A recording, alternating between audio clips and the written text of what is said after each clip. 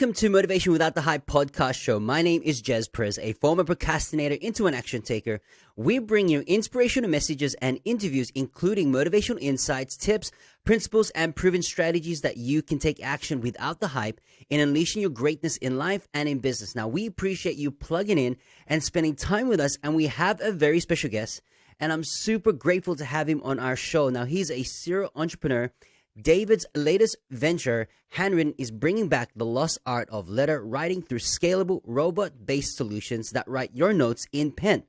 Developed as a platform, Handwrytten lets you send notes from your CRM systems such as Salesforce, the website, apps, or through custom integration used by major mailboxes, e-commerce giants, nonprofits, and professionals. Handwrytten is changing the way brands and people connect. Prior to starting Handwrytten, David founded Cellit, a leading mobile marketing agency. Cellit was sold to HelloWorld in 2012. Guys, I'm super excited to have him on our show. David, welcome to the show. For having me, Gez. It's a real honor, and excited to speak to your Australian listenership. Yeah, so David, to those who don't know you yet, please tell us about yourself and what you do. Sure. So I've been an entrepreneur since 2004, roughly. And my last company, Cellit, was a text messaging company. It came out before the iPhone came out. So we were kind of in the space of initially providing information on real estate to people driving by houses. They wanted info on the house, but they had no flyers in the flyer box or whatever, so people could text in for info on the house. And I quickly pivoted off of real estate because I found dealing with realtors challenging. No offense to any realtors listening. And we got into working with just standard retailers. So we did like Abercrombie and Fitch, which is a big brand here, Walmart, Sam's Club, OfficeMax, and we started sending over 1 million messages a day. And then I sold that company, had to work for the new company for 2 years until about 2014. And what I realized, there was a lot of changes since 2004 to 2014. The big one being the iPhone, and just how many messages people get, how much digital messages people get, whether it's text messages, Slack, Twitter tweets, email, push notifications. I mean, it just goes on and on and on. And near the end, I was thinking, gee, I'm kind of part of the problem. I'm sending more of those messages to you when I myself am overwhelmed with all the notes that I receive. And what I thought was, wouldn't it be cool if there was a way to really touch customers and contacts in a very personal way that kind of cut through all that clutter? And that's where Handwrytten came from. Handwrytten is a platform for sending handwritten notes. So you can go to our website, and just like you type in email, you type a handwritten note into the system, and then we use robots, and we're up to about 140 of them right now. The robots hold a real pen, just like this one I'm holding in my hand, and they write out your note in the handwriting style of your choice that we can put in your signature. It can even be your handwriting if you want that. And then we mail that card to your recipient in scale. So, on the average day, we'll do over 10,000 handwritten notes. So that's 20,000 pieces because it's a note in an envelope. The envelope is also handwritten. A real stamp goes on it, so it's not like a junky meter mail piece of mail. And then we can insert like business cards and gift cards and stuff like that into the piece too. So, it's really a very personal piece, but we're able to have you do it at scale. And what's really cool is it's designed to be fully automated so that if you want to, every time somebody signs up to your website or makes a purchase or you go on a sales call, whatever it is, we fully automate it for you, so you don't even have to think about it. You just know that your end customer is going to receive a handwritten note.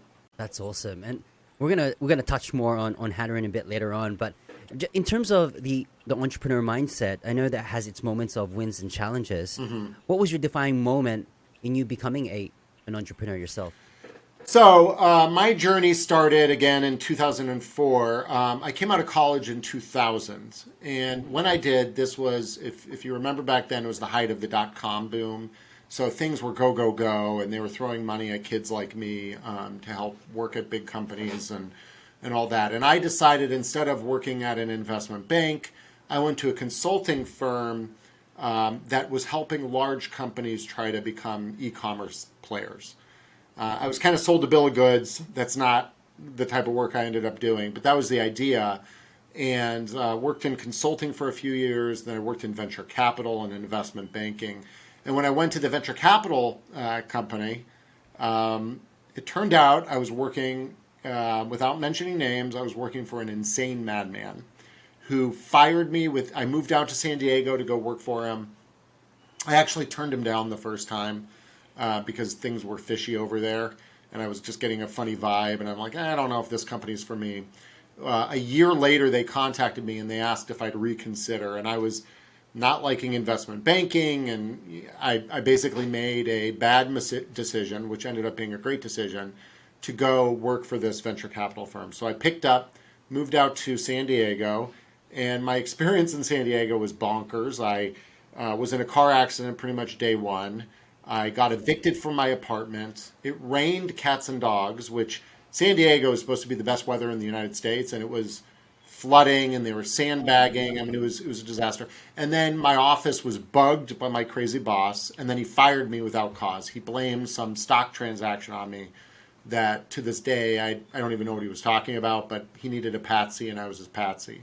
So I got fired, and I was kind of broke because while I had made good money in investment banking and consulting, instead of saving any of it, what I did was I used it all to pay down my massive school debt.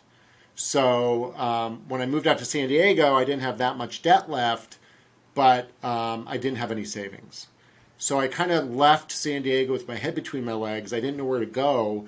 And I ended up moving back to where I grew up, which is in Phoenix, Arizona, or Scottsdale, Arizona. And I was talking to my father, and I said, gee, I don't know what I'm going to do now. I've been out here for 3 or 4 months. It doesn't look good to lose a job after 3 or 4 months, regardless of reason.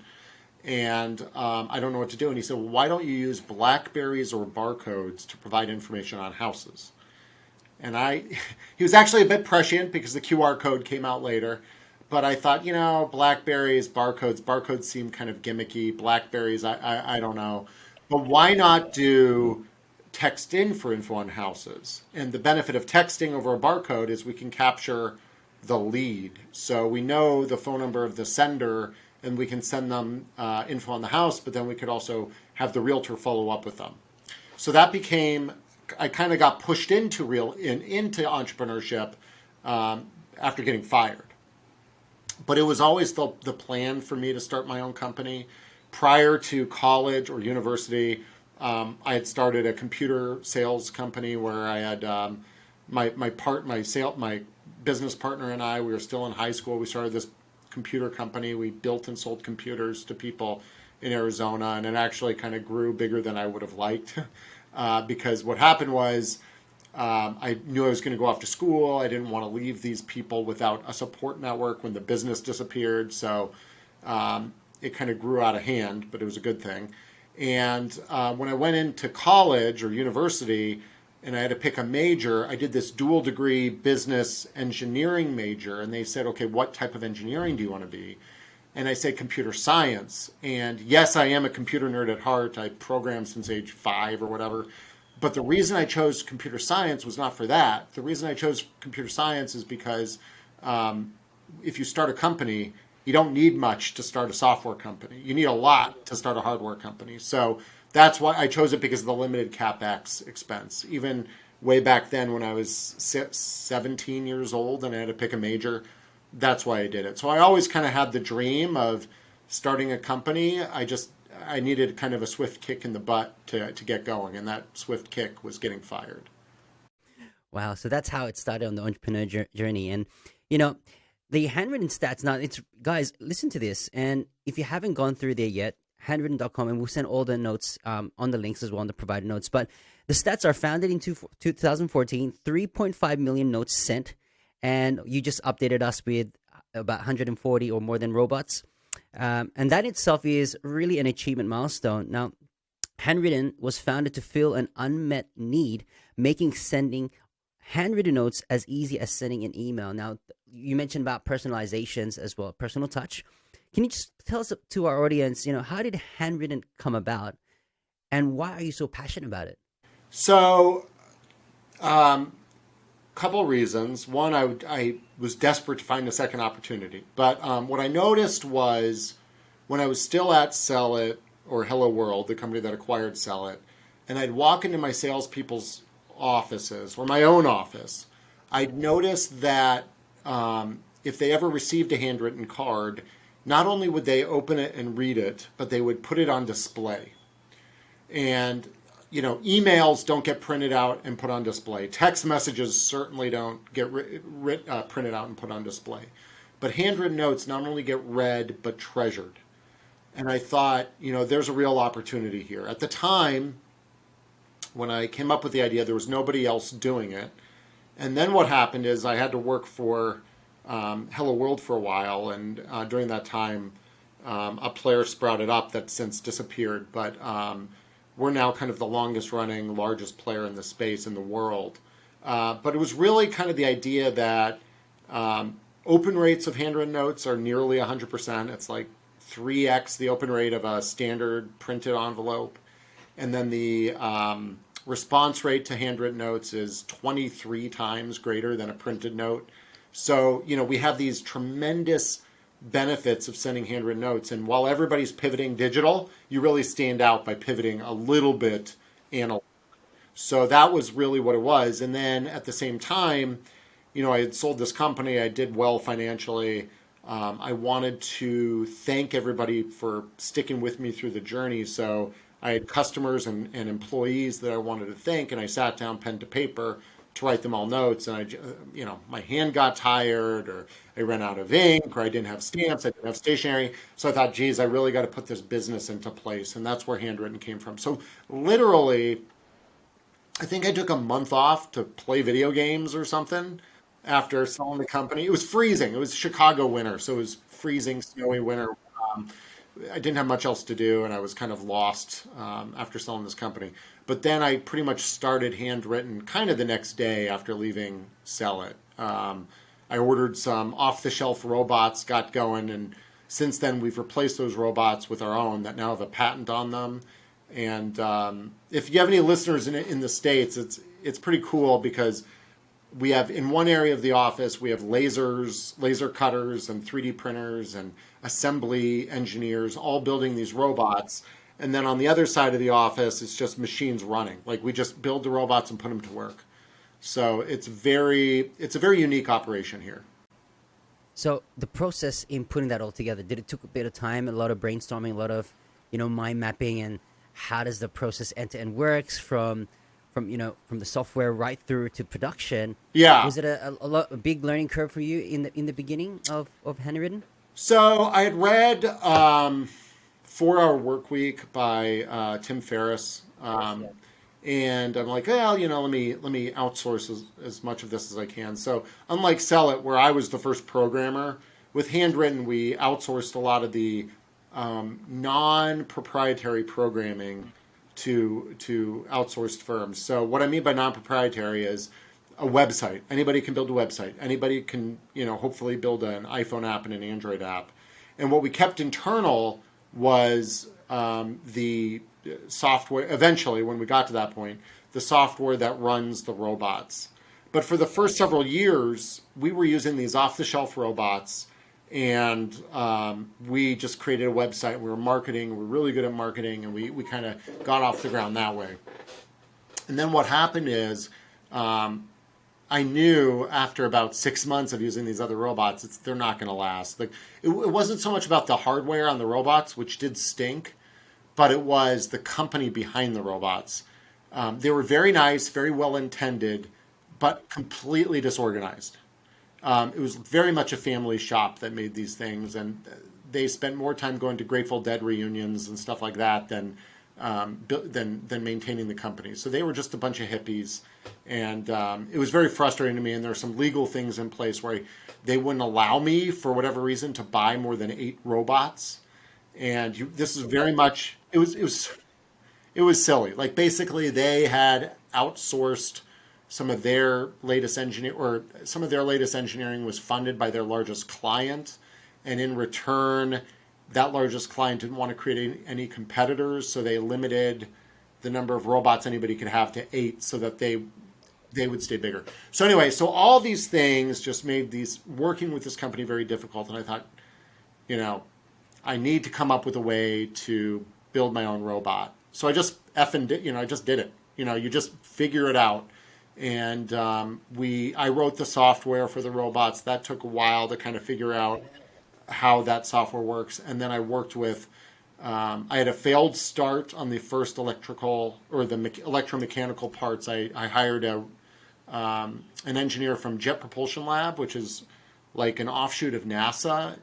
They're the ones that are landing robots on comets, some really cool stuff. And I thought if they could do this, they could build a handwriting robot. Well, the guy I hired was a stoner, and he sent me back something that was crap. But so then I hired another firm, and they worked out tremendously well, and they gave us our first robot. And then we combined that with my software, and wouldn't you know, we had our first version, and then we've just iterated from that.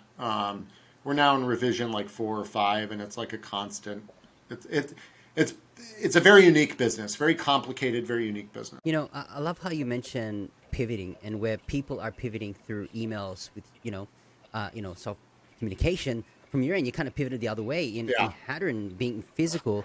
Now, if we focus on a business context for a little bit, why have businesses opted in to handwriting rather than a video or an email as a form of communication?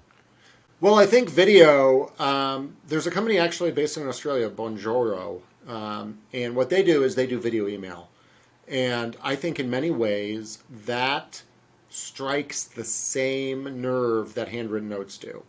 Because a video email is, me talking to you, Gez, mentioning your name, Gez, so people don't think it can be automated. It has to, I have to take the time to sit down and record a video for you, and that's the gift, because everything else is automated. Everybody knows every email is automated, every text is automated. So what people appreciate is the time investment, and handwritten notes are just another time investment that people don't think can be automated. So that's really the appeal. I think, and I've been preaching forever, that there's no one single solution. I think you should do video email. I think you should do text and email and social and all that. But I think you need to have a multimodal strategy that incorporates handwritten notes too, because quite frankly, they're incredibly effective. They do, if you can find the address of the consumer or the recipient, you're pretty much guaranteed to get through to them.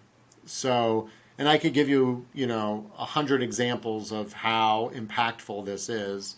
One of them that I've talked about a lot on podcasts is we have a guy that tunes pianos.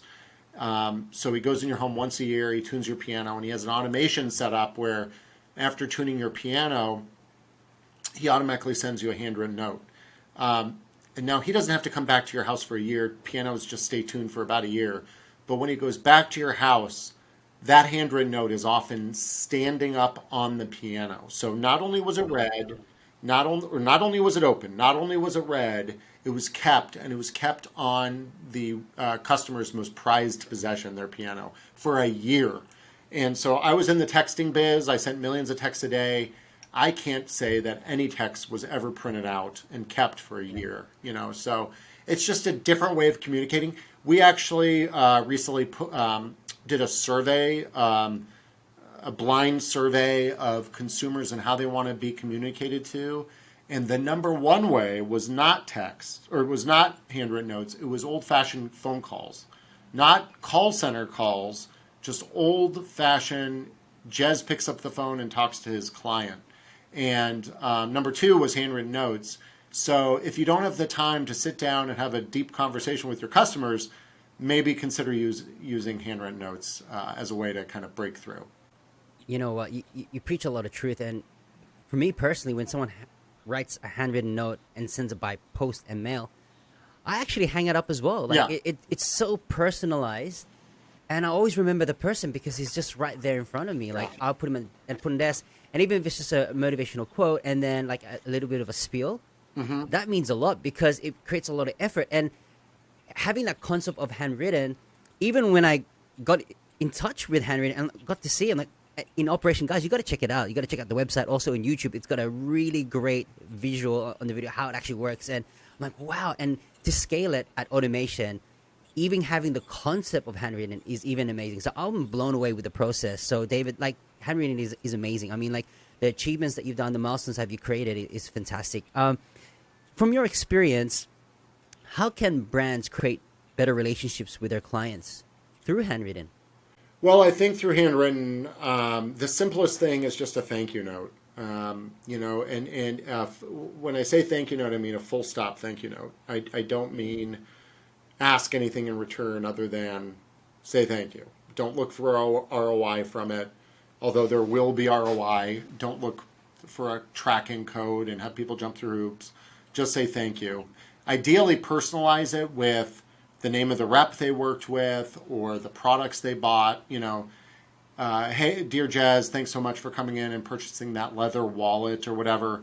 Make it seem very personal and just send those out. And then I would honestly layer in some seasonal cards, like a holiday card, perhaps a birthday card, and maybe one other touch point. So really kind of 4 touch points a year is typically more than ample.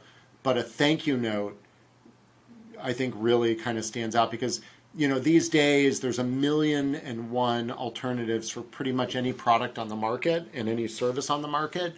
And I feel as a society, at least in the States, we're very entitled. We feel people, of course they're going to use us. Why wouldn't they use us? We're the best. Well, you're not, and there's 1,000,000 other things to use. So by taking a moment to be humble and have a little humility and say thank you, I think really kind of resonates with people, especially now during COVID, or maybe, God bless, things are getting a little bit better, but people are lonely and they're home alone and isolated, and sending a handwritten note just to say, I hope you're, we think about all you, our clients. We've had customers tell us that they have their customers call in crying, saying how thoughtful that note was. So I don't think that's, a handwritten note. I think it's just that people are so lonely right now with COVID. So right now it's more impactful than ever. But then, you can tie this, you can tie handwritten notes with win-back scenarios. So if you screw up, send a handwritten note, or whatever. Offers, we have a brand that does bespoke suits, and they once a year send out a coupon code with a handwritten note, and that coupon code has a 5-time greater redemption rate than any other coupon they send. As far as win-backs, we have a snack company that I think, I don't know if I've told, you probably heard this story on a podcast, but this we use it here. It's a office snack, and if they screw up your order, and it's like a subscription for office snacks, and if they screw up your order, which I think is just basically they send it late the first time or something, they'll send you a handwritten note follow-up apologizing and an extra box of snacks. And what they find is the people that have the win-back experience of the apology and the extra box of snacks have a higher lifetime value than people that were never screwed up in the first place. So then what do? They just screw up intentionally with everybody.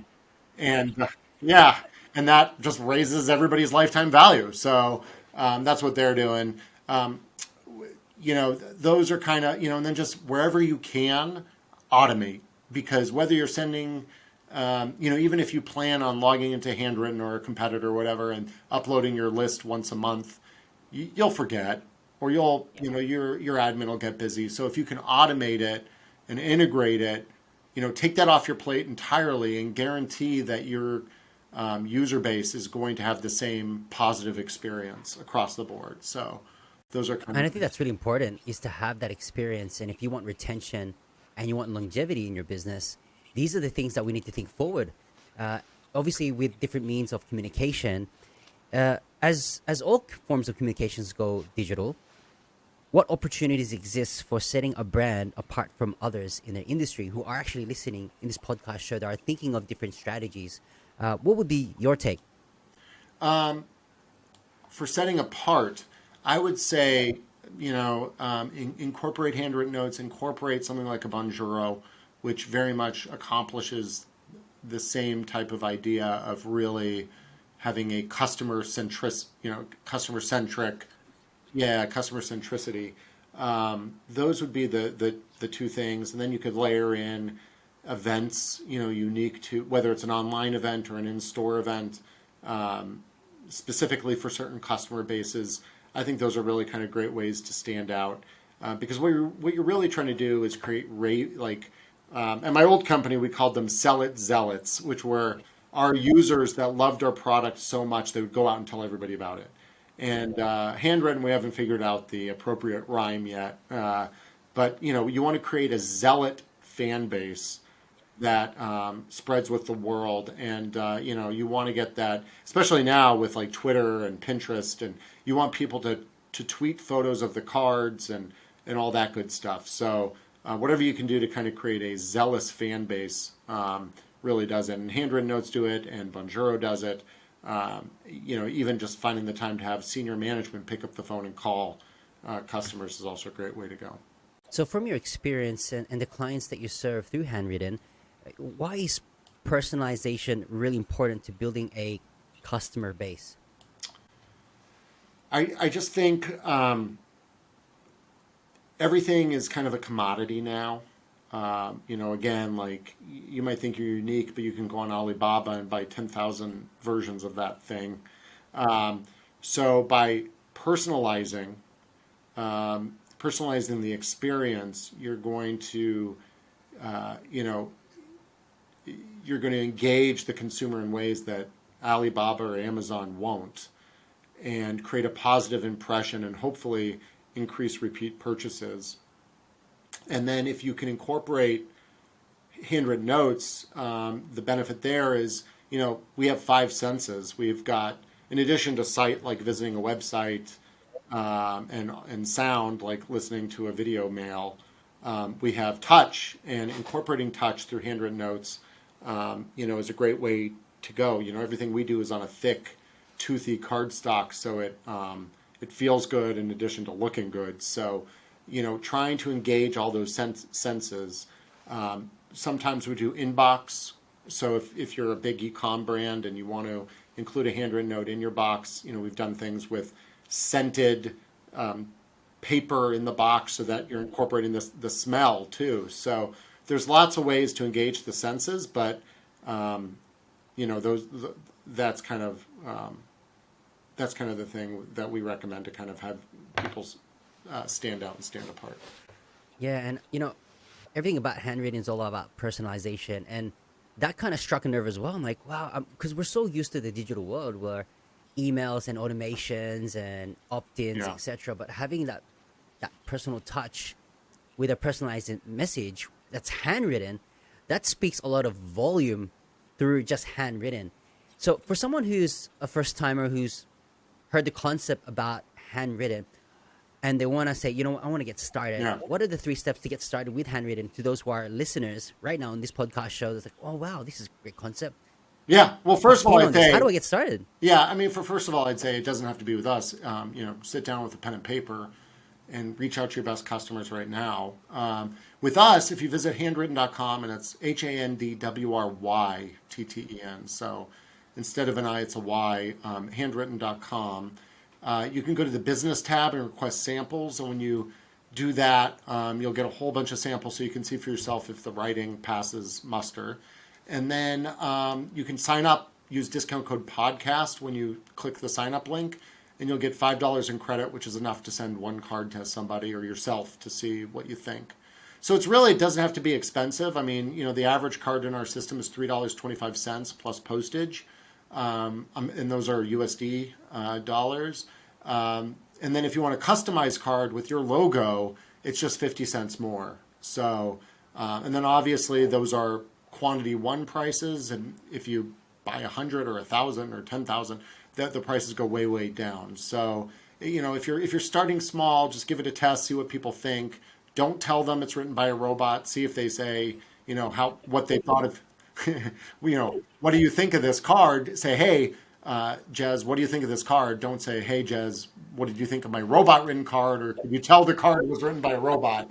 But yeah, so, what we find is people just find it so thoughtful that you've taken the time to send them a note.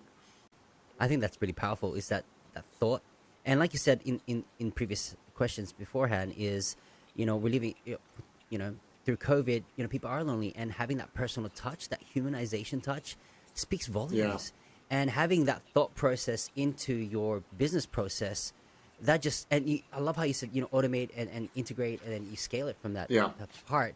It's really great for business. And if we think in that sense where, okay, great, people, sometimes with the email click rates may not be as much as a handwritten would, and having that personalization, people think about you because of that type of experience. And I think it's all about creating custom experience for retention, and just that, building that form of communication. Say, you know what, Gez Perez, this is quite personal, and I'll think of you. And that's great. I think that's what Handwrytten's all about. It's that personalization. I think that's why you stand out. And I think it's a great pivot for this type of form of communication. Yeah, the average office worker these days gets about 135 emails a day. And at the same time, they get about 3 to 4, maybe closer to 3, handwritten pieces of mail a month.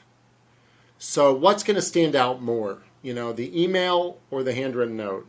And then for me, all the email, it just becomes a task, just like sorting the email and deleting it and inbox zero, So if you can stand out through a different medium, it really, it can be quite impactful. And our clients certainly see the value. The problem with handwritten notes is it's not online.